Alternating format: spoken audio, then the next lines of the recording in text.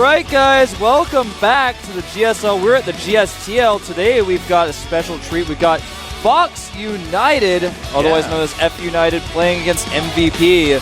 First time we've seen them all season for the GSTL. I'm super excited to see what they have in store for us. And they're also the team that has the most foreigners. Of course, we've got Thorzane, Naniwa, and Phoenix on that team as well. So here they come right now. Their theme is from Apollo 440. Have you ever heard of that? I've never heard of that. All right. Well, anyway, there's F United. As you can see, not the biggest team ever, but, you know, there's a lot of power on that team, too, I think. Yeah, definitely. Now, a lot of familiar faces in there, of course, Thorzane, Naniwa, and Phoenix, 3 foreigners. And, of course, you can see Lin, Soccer, and Moon. You know, Soccer is actually one that I'm really curious about. Because we haven't really seen a lot of games from him, so I don't know. I'm just hoping they play him today. I'd like to see him play. Well, they are going to be starting with Phoenix, so I know he's going to be their starter. Soccer could come out, I think. I think Soccer actually might be one of the weaker players, though, based on what I've seen of his and even outside of the GSL, but he might have improved. I know that a lot of these We Made Fox players have been practicing for Warcraft 3. Yeah, that's the other big thing is that a lot of these guys still do play Warcraft 3, so they do have to divide their practice time a little bit. Yeah. And obviously that does have an impact, you know? It's not like everybody can be MVP Violet, play both Warcraft 3 and StarCraft 2. And I can see like the back of my head. This is crazy, man. Whoa, look, that is the back of your head. Look, I'm pointing at the back of Wolf's head right now. I know, man. Look, there's John right there. That's right. He's looking at us like, what are they talking about? Oh, he lifted his arm. Looked at us. Wow, John lifted his arm. Yes, there is Fox United. They have no closer. Uh-oh. That's a worry. But their key players are Lin and Thorzane. Interesting. Both Terran players. Yeah. And, of course, Moon you can see as the captain. And Lee Hyo Min, a very famous name here in Korea. We Made Fox coach. Everyone knows that guy, man. Look at that spread of races. It looks uneven, but the difference between Pro and Terran is, of course, just 1, and there's only 1 Zerg. There's only 6 players on the team. Looks like the same pie chart that describes like Code A and Code S this season. Same distribution. So you can see there's the whole team. Soccer, Phoenix, Moon, Naniwa, Thorzane, and Lin. You know, we were talking about it before we came on. We were hoping they were going to use that picture of Naniwa right after he won that game where he looks like a crazy person, but they didn't. Oh, well, maybe next time. True. Looking good either way. There's the team. They seem like they're in a pretty good mood today. Yeah, I asked Naniwa how he felt, and he said, I don't know. And then I said, are you hoping to play today? And he said, I think so. So we'll see. That's all I know, man. That's all I was told. I'd say just judging from the previous interviews we've heard with him. All right, now here comes MVP. They are the highest seed right now, currently undefeated. Their point spread is ridiculously high as well. They have been crushing the Team League this season. They've got hats. Yeah. I don't know what it means. It means I think they're going to want to give those away if they win some games. Violet appears to be sick. He's wearing a mask, so I don't know if that's going to affect anything. Team cheer there. And who's going to get the hats from Team MVP? Hopefully nobody gets the contaminated hat that Violet has. They actually gave the hats out right now. Oh, okay. I'd like to know more about those hats. Well, if you get the hat from Violet, don't lick your hands after you handle it. Could get a cold, something like that. There's a happy MVP fan getting the nice flag. That is actually the coolest little gift you can get is a flag with the logo and all the signatures. That's actually awesome, man. Look at that hat. That guy looks like he's pretty happy about his hat. He's like, look at this hat. Is that the one? I don't know. Let's put it on right away. Looks great. I'm sure it's probably a sponsor of MVP. I just don't know the exact. I don't know exactly what company that is or anything. So I wish I could give you guys more info, but I can't. It's okay, Wolf. I won't hold it against you. All right. Don't worry about it, man. All right. So here's MVP. Their key players, of course, are Genius, Violet, and Keen. Their closer is Dong Regu. But the question is, Wolf, what sort of mental state is he going to be in after his Code A match today? Well, I don't know, man. He's still the final boss. You get that guy in the back of a corner, and he goes wild. I think he's probably going to be even stronger today than usual.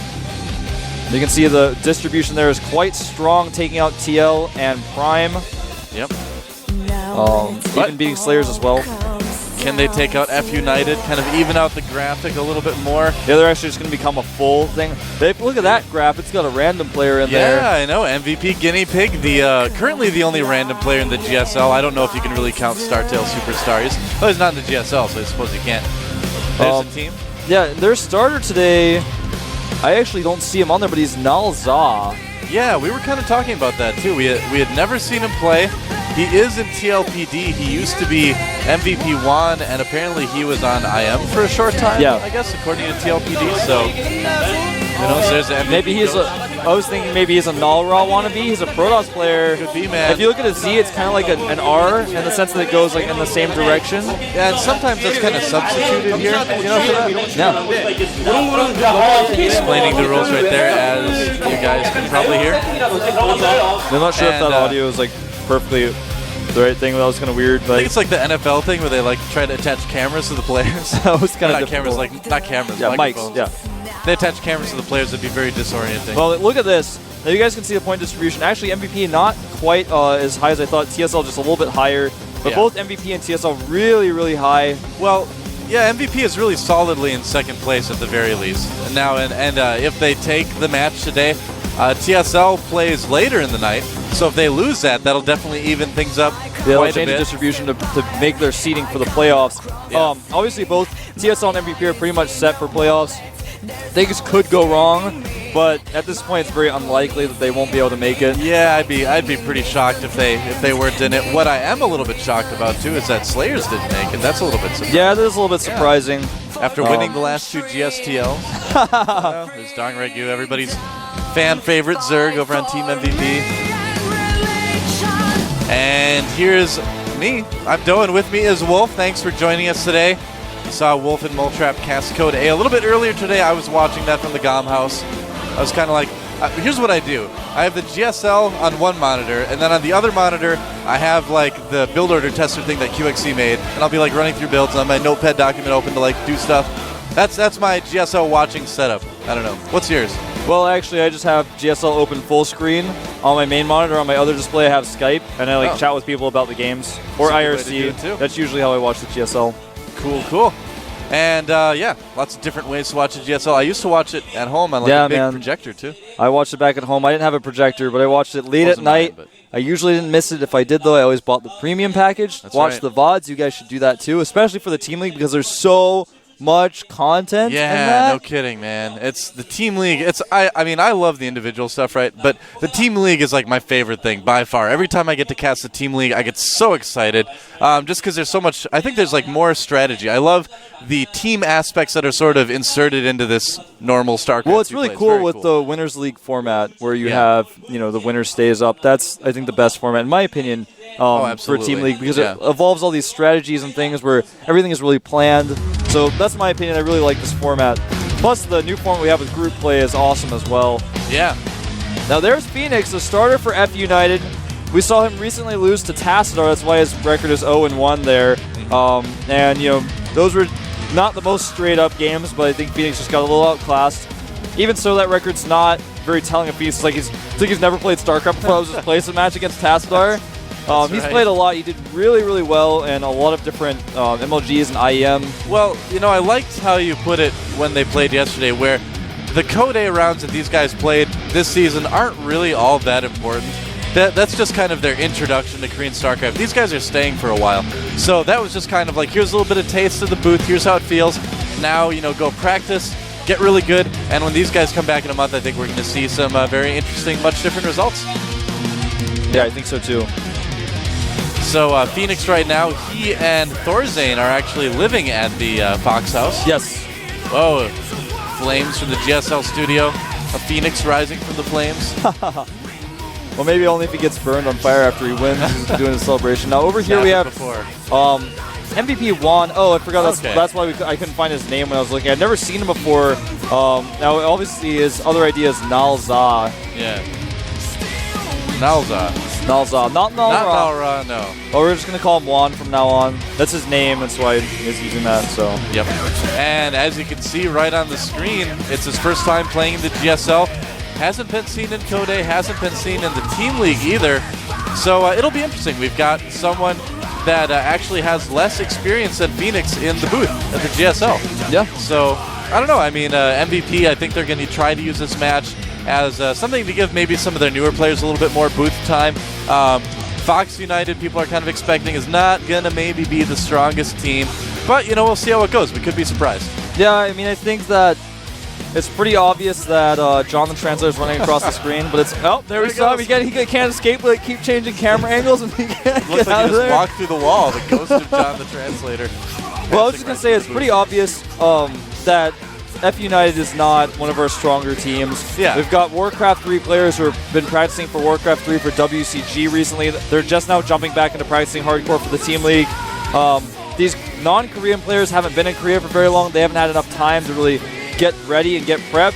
And you'll see probably most likely F United be similar to FX Open, whereas the longer they're here, the longer they're practicing, the better they'll do.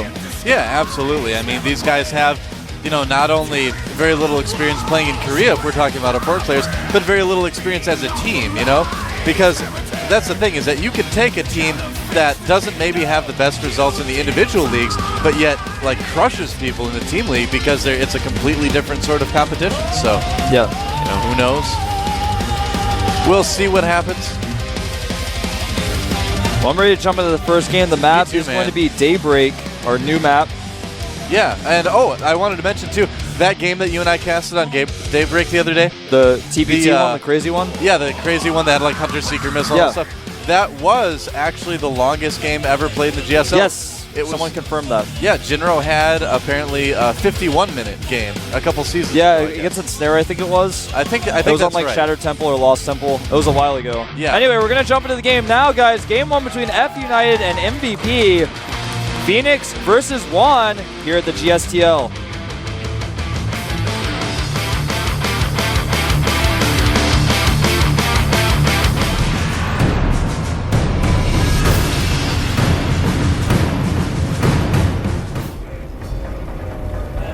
All right, well, up here at the top of GSL Daybreak, we have our yellow Terran player from the team F United. He is F United Phoenix. F United Phoenix, also known as Fnatic Phoenix. There he is, all the way from Peru. That's a long way to come to go to Seoul. Yeah. And here's his opponent from the team MVP. We've never seen him before the GSL. He is MVP 1. MVP Juan. So I wonder if the name Juan is like referring to the currency in Korea. Well, possibly one is in I won. What, I don't know. I don't know. Well, I mean, I know it's part of his actual Korean name. Oh yeah, you're right. But I don't think it's spelled the same way as the actual currency is. I looked at it earlier. I don't remember exactly, but maybe his name is just a Korean name that means he's going to be wealthy. I don't know. I actually didn't look at his name that closely, so I can't tell you guys. Maybe he just likes his name. I don't know. Well, a lot of players use their names in their IDs. For example, MC, JYP. Yeah. For example, just off the top of my head. Yeah, the players here definitely do prefer the real names. SC. Even back when I first got here in March, I was getting my Korean account, and one of the old coach from Slayers helped me get it, and I was joking around. I'm like, should I name it Slayers Doe? And he's like, no, you should name it Slayers Eric. I'm like, oh. And I'm like, oh, yeah, that makes more sense. But I didn't name it Slayers Eric, though, so. Not yet. Is Doa and Slayers? Not yet, Wolf. I could see the threads popping up already. Project A? Part 2? Hey, man, I'll be Yellow's practice partner. My TVZ is pretty bad right now. I don't know. You and Yellow seem about the same skill level right now, man. And no more will be said about that. Well, I can make a mean line of bunkers, I'll put it that way. All right. I could sound that out, take a while. Oh. CP. She's hiding, but we captured her on camera. That's right. People have that VOD for the rest of the time now. Well, it looks like Juan, I keep wanting to call him Nalzog because that's what I told myself in my head that his name was. Now it's like, oh, it's not right. He is taking his second gas here. Now, Daybreak's a map where we've seen a few TVPs. Harassment options are almost unlimited on this map. There's several different attack pathways for the Terran to use. There's several different dropship areas. The main itself is huge. Yeah. There's places for units to hide all over the place. We are going to have a Marauder expand from Phoenix by the looks of it. Yep. Although And he has taken his second gas very quickly. Yeah, I was about to mention that. That's a little bit odd. You usually don't see the second gas so quickly after a Marauder expands. So it does make me kind of curious what he's going to do. It's always interesting because after you cast so many games of like Korean style StarCraft 2, you'll see things from like the European scene and the American scene, and you're gonna be like, oh, I haven't seen that very often, but it's something apparently that's done all the time. So Yeah, this could be one of those things. And yeah, he's just going to get a factory beyond this. So 1 barracks in the factory, it's not very common to get the Tech Lab like that. Well, He could follow up with like a different kind of timing attack with the factory, but I don't think that's what his plan is. part of me wonders a little bit if it's going to be like he's going to harass with Banshees, but he wanted to get the Marauder with slow out right away to catch those early Phoenix results that might come across the map. Well, that's cool because, I mean, sometimes this happens to me. Uh-oh, we're going to lose a sentry here. Yeah. That's pretty huge. That's why you get slow. Oh, no, he's not going to. Oh, that's just sad. Well, he is going to be able to pressure up this ramp, just barely being able to force seal that off. Marauder But was, even like, so, the trying to Mars fit could through. come up and attack again if they so choose. Yeah, it's In actually. fact, he can see the ramp with that watchtower. It's a little bit ridiculous just how strong Marauders are in like really early game TPP. So by the looks of it, Phoenix is just doing a 2 racks, but he made the factory first. And he's added the Tech Lab onto the factory. So he is, going to be following this up with a Banshee. Now, what I was trying to talk about earlier before Sentries got caught in the middle of the map, the Sentry was interrupting me, is that I'm more important than you, Sentry. Those Like, sentries. you didn't even die. You got away, and I was just talking about it. Just taking all the attention. What you right. can do is you can do this type of Marauder aggression. Then your opponent, without scouting, kind of thinks to himself, oh, he's going bio. Exactly. And then Cloak comes out. And then Yeah. you are not prepared. This is actually really, really exciting. I've actually never seen an opening like this before. Oh and man, it he's makes getting a perfect Twilight sense. as well. Not looking good for Juan right now. Yeah, he certainly won't be able to do much about the Banshee. And I mean, you always look at the Twilight Council and you think DTs, and if those show up in the Terran base and there's no scans, there can be trouble. But there's bigger trouble, much bigger trouble, Wolf, if a Cloak Banshee shows up in a Protoss base and there's no Robo Bay or cannons. Yeah, that's true. And speaking of DTs, if by any chance Juan is wanting to go DTs after this expansion, having this Tech Lab is going to be even better. He's going to be able to make a Raven, and then that can get pretty nasty too. Yeah, I mean, he could follow this up with more bio. He could follow it up with like Tank Marine Banshee. I mean, he could go a lot of ways. Whoa! What am I seeing? Fast Templar Archives. Huh. The fastest Templar Archives. Interesting. I'm thinking we're probably going to see some early Archons. I don't think he's going to commit Storm research right now. Well, this is great. This is 2 very unique openings from both of these players. I love this stuff, Wolf. This is why I know love this the is Team exciting, League. man. Well, now keep in mind, with that Fast Templar Archives, if he feedbacks the Banshee at the right moment, the Cloak won't be able to be applied, but if the Cloak Yes. comes on first, he won't be able to feedback. And Cloak is just about to finish right now. The Banshee's starting to do lots of damage to the mineral line. All of the units are away for Juan. His units are way out in the middle of the map. Oh, but there's the Templar. If he feedbacks the Banshee, and he does, he gets it. No Cloak for Phoenix at all. I'm pretty sure that Phoenix was not expecting to see a Templar in the base that early, man. Yeah, I don't think so either, Wow. man. And the Robo is being made Wow. right now for Juan. Banshee gets cleaned up, did get a significant amount of kills. Huh. Killed And 4 workers. I'm sure Phoenix is going to cloak this Banshee before he gets in the base this time. That's got to be such a shock to go for such a strange opening, and then suddenly there's Templars feedback Yeah, your Banshee. that's really weird. Yeah. The that Ghost would throw Academy me. put up immediately. I think that's a great decision too, man. Yeah, whether it's Templar or it's Archons, you definitely want EMP. Here comes the second Banshee. No feedback going to be casted on this one. Can't feedback invisible units.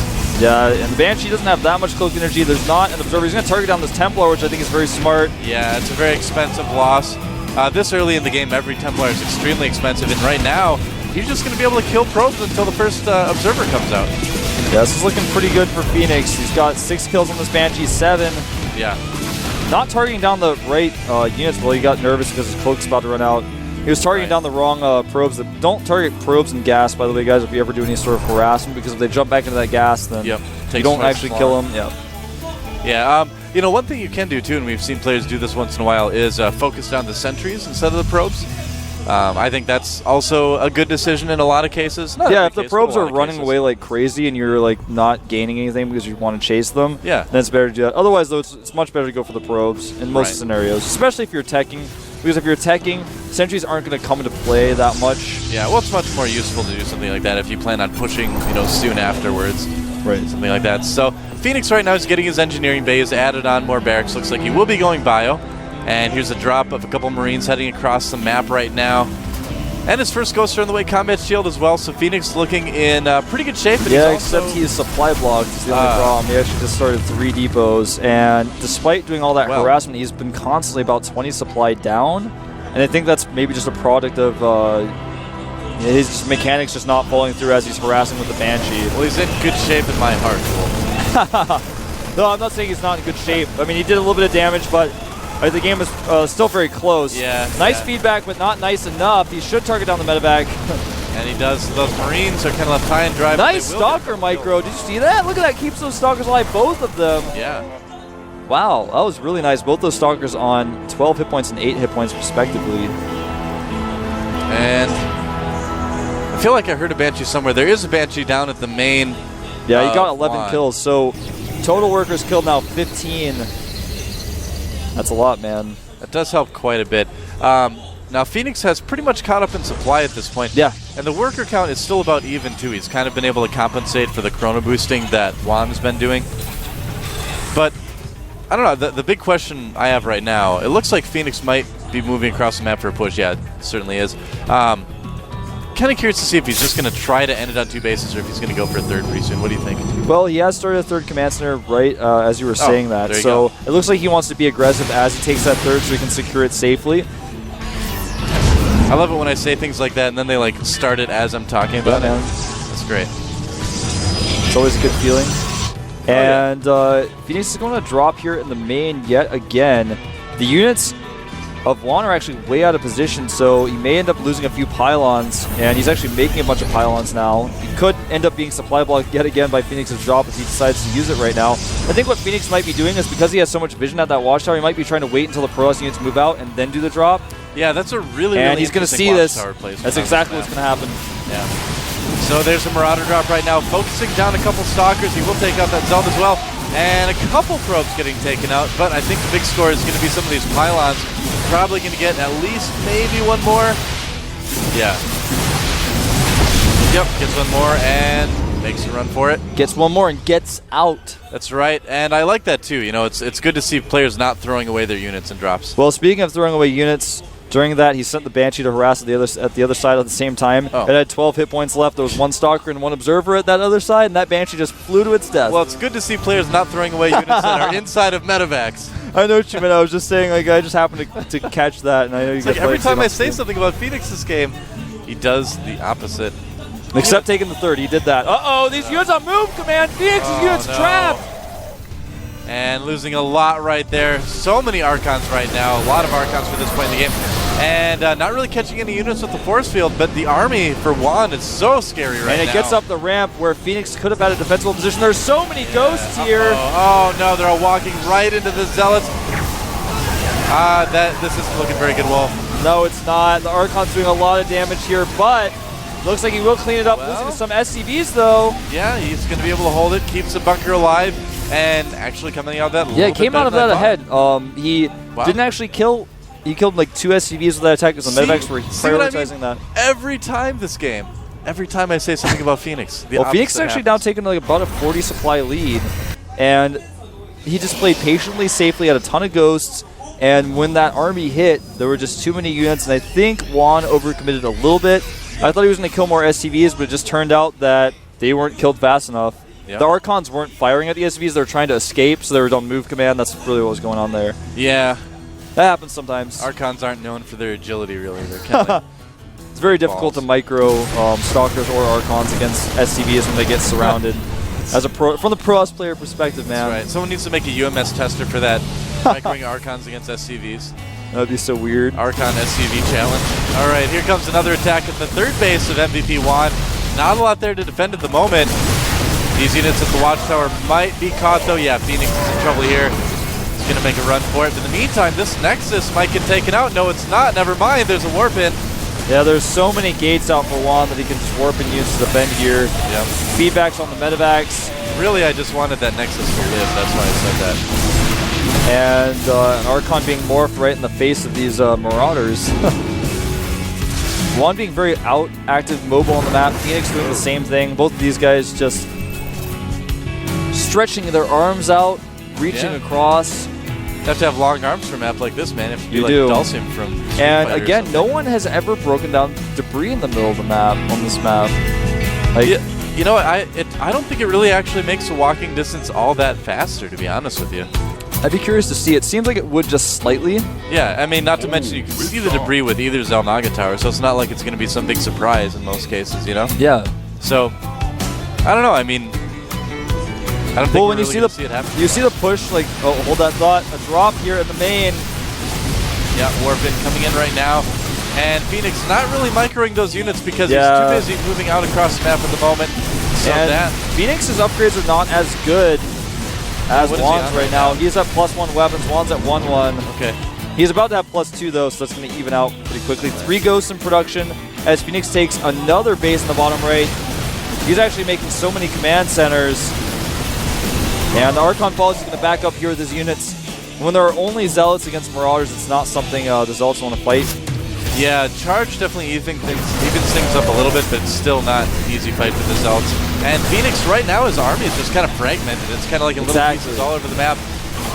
Finally joining together right now, trying to micro against the Zealots. And, you know, those units are starting to get pretty low on health, and that medevac is basically out of energy, too. Something that's interesting to note is if you go all the way back in time to... Well, hold on 1 second because we're having another drop in the main base. Phoenix just not letting go. Yep. Does get his units out. They almost die. If we go back to the beginning of this game where he went fast Templar Archives, he got those Templar super fast. He finally researched Storm, but I don't think we've seen a single Storm this game. And No. had he been using a little bit better Storms in some of these engagements, I think he could have been much further ahead. Storm is one of the scariest things that Terran has to deal with. It's a huge investment for Protoss, and he's had it for such a long time, but hasn't really yet made use of it. Here we go. Will we see him use it now? Nice EMPs on all the Zealots, taking away the shields for most of them. The Archon's losing a lot of shields as well. Nice storms by Juan, though. And it looks like Phoenix, is he going to have enough? The units are pretty low on health right now. Yeah, and he's got another Storm on that Templar, but it looks like Phoenix's units are going to escape, at least for now. Though those medevacs, one does get taken out. The other 2, I don't think really have a lot of energy. And not a lot on either. Medevac almost out. That final Marauder running for his life. And it looks like Phoenix does still have reinforcements. Phoenix is keeping up on supply with MVP Juan right now. And in the meantime, taking that 4th base. So, you know, Phoenix can kind of hold off his opponent, gradually just kind of take the map like this. He's going to have a pretty good chance. But, you know, he's still behind on upgrades. Looks like not as much. He is getting his +3 weapons right now. It's basically, right now, Phoenix is getting +2 armor, so he's at 2-2. And MVP Juan is actually at 1-1, but his 2-2 is finishing up pretty soon as well. So it's fairly even upgrades for these guys. They're about to be about the same. Switch over to Colossus for MVP Juan. Yeah, he's been making that switch just slowly over time. Now, a triple drop here. Going to go into the main. Phoenix is going to bait the units away from the main first, though. Phoenix is doing a great job with this dropship harass. He's constantly kept it up, even doing it from the same location, just always baiting these units, then dropping at the same time. He's going to need to be so careful, though, because that army is absolutely huge and scary right now for MVP Juan. Nice. Yeah, Well, that was a EMP good there. That was EMP nice. there. I like that. Sacrifice the ghost, but here comes the drop in the main base. MVP Juan's main base. There it is. Storm trying to take out some of those bio units. Pretty big drop from Phoenix, though. Those medevacs do have a good amount of energy, so Phoenix could conceivably do some decent damage here once he cleans up these units. And Is he going to get the core, maybe? Yeah, is he going to go for the Robo Bay? That's what I'm wondering. Ooh, It doesn't maybe. look like he's going to get it. I don't think he's going to get it. It's getting close. I'm trying to say he's not going to get it so that he gets it, but it looks 77 hit points left on that Robo. Yep, and everything taken out here. So he could drop in and kill that Robo a little bit later. He probably will. Yeah, he's actually still ahead in supply right now. Making Vikings, preparing for the Colossus switch that he's seeing. Yeah, he's a little bit late on the Viking production, but, you know, he didn't really know it was coming, so that's understandable. And there are actually 3 Robos right now for MVP Juan that I'm finally realizing. So even if Phoenix killed that one, he would still be a bit behind. 3 Colossi about to pop up right now. That is a lot, man. And the drop does take out the Robo Bay. 1 of 3 Robo Bays, though. Yeah. Medevac's still hanging out in the main after that drop. It wasn't cleaned up. Medevac feels lonely. It's like, why isn't the Protoss army giving me attention? It's like, does anybody want to ride? I mean, I've got like plenty of space now. Oh, the rocks in the middle are being destroyed.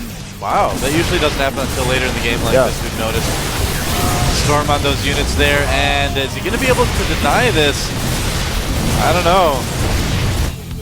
Maybe. Oh, this is bad for Phoenix. This is a huge army. Yeah, that is a lot of Colossi right now for MVP Juan. Storming the Vikings, it looks like. Yep, Vikings taking a lot of damage. Does Phoenix have enough to defend this? I don't know, but he is next to a planetary. That is going to be somewhat helpful, but good storms. And there are mostly Colossi left. He has to be very careful about this planetary, though. Yeah, Phoenix doesn't have any SCVs left to repair, though. It's looking not very good for Phoenix. Can he reinforce in time to save this? I don't think he can. He's going to have to let this planetary go, but he's also neglected. Basically, he's relinquished control of the center of the map with this as well. Yeah. Now, Juan can actually push around to the right base. It's the bottom right, and I guess you could say like the 4 o'clock base are both very exposed now. And that command center we saw under construction won't be doing any commanding or centering at all in this game. So here's the thing, though, is that Phoenix still is not actually that far behind in supply. He's got a really, really good infrastructure built up. He's still on 4 bases. He can still reproduce a lot of bio really quickly. It's going to come down to the engagements quite a bit. I mean, he needs to keep making ghosts, too. He hasn't made any of those in a little while because of the Viking production. Very true. Little engagement in the middle of the map. Phoenix picks off a Colossus, loses a Viking. Pretty good trade for him. That's right. Now, the top right base for Juan is now up and fully operational. It's not like the Death Star that, you know, it's like, well, Phoenix right now, he doesn't think it's operational, but just wait until one of his Star Cruisers gets blown up by it. Then he's going to understand. That's right. Then Lando's going to go, that thing's operational. And that fish guy next to him is going to be like, blah, blah, blah. Yeah, that's what's going to happen. That's actually what the fish guy sounds like. Well, Admiral Akbar already told him it was a trap. No, not that fish guy. The other I know. fish guy that rides. No, yeah, I know what you're saying. I was just saying something completely different. Yeah, I wish I knew that guy's name. It's like multiple fish creatures in Return of the Jedi. I don't know. George Lucas just enjoyed aquatic aliens in the end of that movie, I guess. Yeah. Well, he was doing the whole Ewok thing on the ground, so he had to figure out something else for space. That's true. Well, naturally, if it's space, fish. Well, a little blink forward here by Juan is going to pick off some of these Vikings, but he has to be careful of the bio. He may be able to bait this into some Colossi fire. There aren't that many Stalkers, so he has to be very careful of this Viking force. Yeah. Nice control by both players. And poor Ghost going to take out a poor little Stalker there. Yeah. Blue Flame Hellions. Oh, I like this. I mean, Phoenix is really playing quite creatively this game, kind of doing these really interesting tech switches. Yeah, going for Blue Flame Hellions. Also producing Thor Thors, right yeah. Too. Very, very cool. This is actually one of the most fun TVPs I've seen in a long time. Yeah, because this is one of those TVPs where we don't... You guys watched Yoda earlier today? Spoiler alert for those of you guys who didn't watch it. There was one battle in the game ended when someone said GG, and I was like, I hate when TVP is like this. Man. Yeah. And this is not like this at all. Both players being extremely mobile on the map. This is exciting. Yeah, this is fun awesome. TVP. Not so much fun for that Marauder that was just cut into like 6 pieces, but he knew what he signed up for. Snipes going off here on these High Templar. He has Cloak, nice EMPs. Yeah, catches an edge, another one, basically on all the same units. And is Phoenix going to move in right now? He's going to lose a lot of ghosts if he doesn't. He's moving in, stimming up his bioforces. That's a good amount of Vikings, a lot of units for Juan EMP'd already. Phoenix looking pretty good, but Juan has such a strong army right now. Yeah, he's losing a lot of medevacs here as well. The Stalkers are going to blink to continue to chase. Yep. As far as upgrades, right now Juan is at 2-2. Phoenix is at 3-2, about to be 3-3. He's getting +2 weapons for his Vikings. Yep. And he's going to take out some of these Colossi here, flanking from the side. Nice. The army for Juan is getting a little bit split up right now. So this is exactly what Phoenix was looking for. Feedback on the Thor, but guess what, Wolf? LOL, Thors have like 1,000,000 hit points, so it doesn't really matter. And yeah, Phoenix able to drive back the army of MVP Juan. I don't like that they put energy back in the Thors either, but it's actually not as bad as people think it is. Well, yeah. I think it makes sense for them to have energy personally, but Really? not a big deal. You Protoss player. I mean, I don't actually, there are very few situations I encounter where I'm using feedback on Thors. Yeah. It doesn't affect my life that much. It's like the election. I'm like, well, it's like, should I vote? It's like, I'm not living in the U.S. anymore. No. I'm just kidding, guys. Don't like actually read into this too much. Does Wolf hate America? Does Wolf hate America? I can see the threads now. So yeah, I mean, that's the thing with Thors, is that they have a lot of hit points. So, and you know, the feedback doesn't do quite as much. Now, if they kind of sit around and gain a lot of energy, that's a different story, but I don't know. You can always like pick a Marine you don't like and 250 millimeter strike cannon him to use up the energy. That's true. It's legitimate. Or, you know, what I have seen some people do is we see Phoenix try to do some damage to this 4th base up here. The other thing is people have been EMPing their Thors, actually. Yeah, you can do that. That's something I've seen people do as well. Yep. It happens in very rare cases, but Yeah. can be important. Now look at this huge Bioforce for Phoenix is charging through. He's going to take out the center Nexus here. Yep. And he might take out some of Juan's units as well. No, he's going to dash right into the natural. If he can snipe some of the production buildings, this could be quite good. Oh, if he gets these robos, that would be so good. One He's going to get robo. one. Will he get two? He will get two. Double And can he get robo the dead. Bay? No, he's not going to get the Bay. No. But, you know, it's good enough. He killed 2 robo bays. He killed the Nexus. Those guys, man, somebody needs to make a movie or a mini-series on HBO about that guy. Those guys, that team, The SWAT team. those dudes, Band of Marauders. Well, right now, the upgrades for Juan, he's about to get +3. He doesn't have +3 armor. Phoenix is at 3-3. His Thors don't have any upgrades yet. His Vikings, of course, have +2. I was mentioning that earlier. So Phoenix lives with Thorzane for like 2 days, and now he's making Thors in TVP. 250 millimeter strike cannon being researched. Yep, yep. I would imagine that Quite good could against do- Colossi Yeah, I and was just gonna say. Archons. Pretty good against hallucinated Colossi, especially, actually. I believe those are hallucinated. Weird. No, Maybe they're it was real. just an effect, yeah. I was There's some weird effect with like the fog, so it kind of looked like you could see through them. I don't know. no, I didn't see that. I was like, what are you talking about? Maybe I'm the one hallucinating. No. Maybe. I don't know. I blame the graphics. Blame the The graphics. They wonderful were graphics. too good. It's a beautiful game. It is a beautiful game. This was a beautiful snipe, but only Yeah. one. Oh, nice EMP again. And the good thing about the EMPs is even if you're not engaging right away, you can definitely be more positional about it. You can keep the army back a little bit more. Very true. Protoss shields actually regenerate a lot faster than people think, but well, hold that thought. We're gonna have the engagement that may decide the game here. Here we go. That is a lot of Zealots, Wolf. That is so many zealots. That is actually 37 zealots. Oh, nice EMPs. Is he going to move in? He can't really chase the army with all those Thors. All right, here goes Phoenix. He's getting Not trapped in the best corner. Engagement. Uh-oh. Yeah, this is looking really bad for Phoenix. EMP's hitting a lot of Templar, but not most of them. Yep. EMP's feedback storm on everything. Phoenix's army getting crushed here. Man. Now, will Juan go for a counterattack? I think it's time, and it looks like he agrees with me. Moving forward now, Yeah. Zealots charging in. Remember, Phoenix has better upgrades. The problem is Juan just has so many units. Yep, he's got a pretty stable composition. He didn't have to spend a lot of money doing a lot of different tech switches. He was just getting Ghosts and Vikings and upgrades and Thors. I think we And may have that's a lot. reached. Yeah, I think we may have just reached the tipping point here, where he just has too much, and Phoenix is going to slowly start falling further and further behind. He's getting +3 ship weapons for his Vikings. Yep. But how much is that really going to matter when it looks like there aren't any Colossi? The Robos have been killed. Well, I really like the idea to get Blue Flame Hellions just because those do pretty well against Templar. yeah, he didn't Get the really right use position. those, as far as I could tell. Well, that's the thing, is that it's really hard to be able to get in there and do it. You know, the idea is Exactly. sound, but the actual execution is really It's, tough. it's like warp prisms. People are there's Yeah. all these things people say about warp prisms. It's like, well, it's harder than you think, man. Yeah. Storming here on top of these SCVs. This planetary is not going to last very long. Nope. It will last longer than it would against that Death Star. That's right. That thing's operational, man. All craft, pull up, but it's too late. All right, so MVP Juan moving forward again. He has to be very careful. Phoenix doing a great job of splitting his units into a concave at bottom of that ramp, so he has to now maneuver around the side. Yeah. As far as income goes, Juan having twice the income of Phoenix, but Phoenix trying to change that. Yeah, he's going in. He's going to try to take out the space, and I don't know. Wolf. I think his army might be in big trouble. Phoenix is about 50 supply behind right now. Yeah, it looks like he is going to do some EMPs as he retreats. Going to take the Watchtower again. I think what Phoenix needs to do if he wants to get back in this game is play so turtly, and again, he's trying to do a lot of different harassments, but every time he does, Juan takes a further and further lead, cleans up his army again. What Phoenix needs to do is at least be like, at the very least, have the supply disparity be about 20, not 60. I think he needs to wait. He's got enough money to remax again. He just needs to be a little bit more patient. Yeah. Killing these bases of Juan isn't too important, given that Juan has so much money already in the bank, and he's not mined out from most of his bases yet.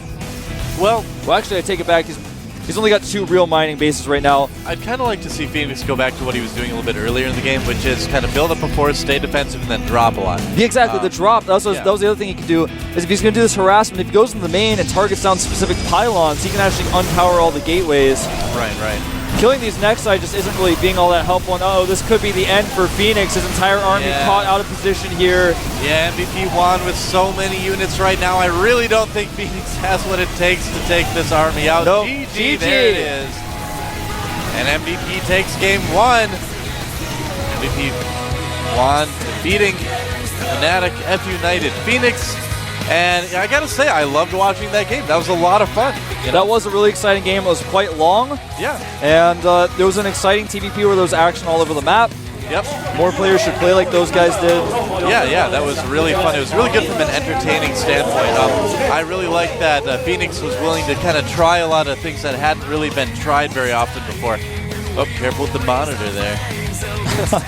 Well, he's going to give a hat to the fan. Man, everybody's going to be wearing those at the end of the broadcast. I know you see anyone wearing this hat in Korea, you know they've been to the GSL. That's right. CP. I wonder what that stands for. I'm sure someone will tell us, tweet at us. Now, Phoenix's problem in that game was he was actually ahead for quite a bit of that game. My hair's doing that thing where like the piece hangs down. I like see that over there on the screen. Phoenix was ahead, but he played too passively at certain times. There was a time where Phoenix had 5 bases and Juan had 3, and Phoenix was up on supply. And I was like, well, how can Phoenix lose? He was like 30 supply up, and then he just he had a lot of bad engagements. His army, like you said it best, and you said his army was fragmented. Always fragmented. And you see that a lot with players that are really harassment-oriented, but they never have that big army. And the Protoss does, and they lose a little army over here, lose a little army over here, and then suddenly this Protoss army just gets too big, and you reach the tipping point where you're like, oh, now I can't actually make him turn around, and I'm dead. That's the thing, because you like feel all good about killing so many probes and stuff. You're like, oh man, I'm harassing like crazy, and then he just brings his army to your base and kills you. And that was kind of similar to what happened in that game, only stretched out over a much longer period of time than you would normally see with something like that. But yeah, I mean, I love the tech switches that Phoenix was doing, the Blue Flame Hellions, the Thors, and things like that, but I kind of feel like that's partially to blame for the loss, too. I mean, if you just stick with Vikings and Ghosts and Bio, the Thors were an interesting idea. You got the strike cannons, you didn't use them. It may have been because of feedback they decided to get them. We won't really know. I mean, maybe we could ask them later. Yeah. Strike Can does pretty well against Colossi, but anyway, we're going to see which player F United is going to pick next. Is it going to be? Who is it going to be? Another foreigner? Or is it going to be one of their Korean pros? They're like trying to decide. It's like we didn't think about this. We thought Phoenix was going to all kill. Is it going to be Thorzane? Thorzane. Thorzane, all right. I've been a fan of this guy for a long time, Wolf. I'm excited to see him out here in Korea. Really happy to see him playing in the GSL. Is he going to make Thors? I don't know. I talked to him at MLG a little while ago right after the nerf. He's like, well, I don't really think I'm going to do that anymore in TVP. So has he changed his mind? We'll find out. Yeah, so you guys can get some info on this guy. Of course, he's on the team Mouse Sports, a great team over in Europe. A lot of awesome players on there, like Mana and Maro, for example. They've got a lot of good players over there on Mouse Sports. He's a Swedish player, obviously. We saw him play just yesterday in Code A.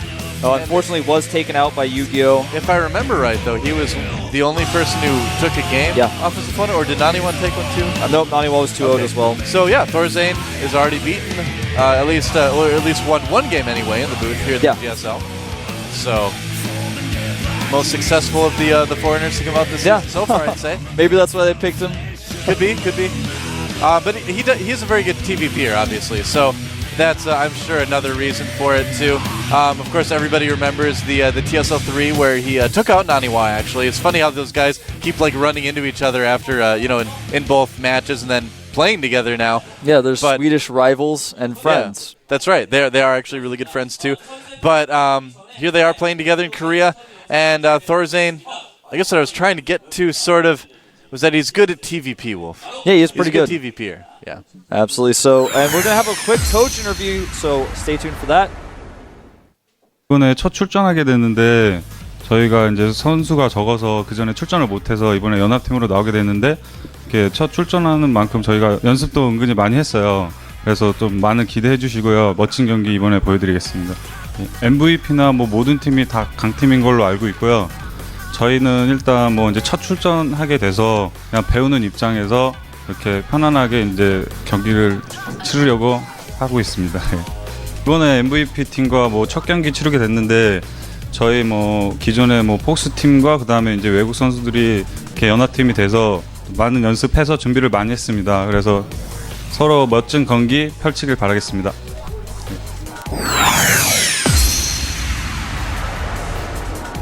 OGS전 이후로 거의 한 달 만에 GSTL에 다시 나오게 됐는데요. 다시 감 찾는 게 더 중요할 것 같습니다. 뭐 선수들은 자신감 있게 지금 뭐 다시 만만해하고 있고요. 오늘 결과로서 보여드리겠습니다. 예, 우선 해외 대회 경험이 많은 선수들로 구성이 되어 있어서 아마 경험 면에서는 확실히 저희가 많이 못 미치고 있습니다. 그렇기 때문에 오히려 이런 경험을 통해서 저희 선수들도 이런 방송 경험을 쌓는 거를 이제 자주 하다 보면 더 적응력이 높아져서 좋은 결과로 나오지 않을까요? F 유나이티드전 상대 선수들이 지금 뭐 박준 선수나 장재 선수가 워크래프트 3 국가대표로 결정이 돼서 연습을 많이 했을지 좀 의문이긴 한데 원래 잘하는 선수들이라 저희 선수들도 아마 최선을 다해서 준비했고요. 저희도 최선의 전력을 다해서 상대하도록 하겠습니다. 오늘 저희가 꼭 이기겠습니다.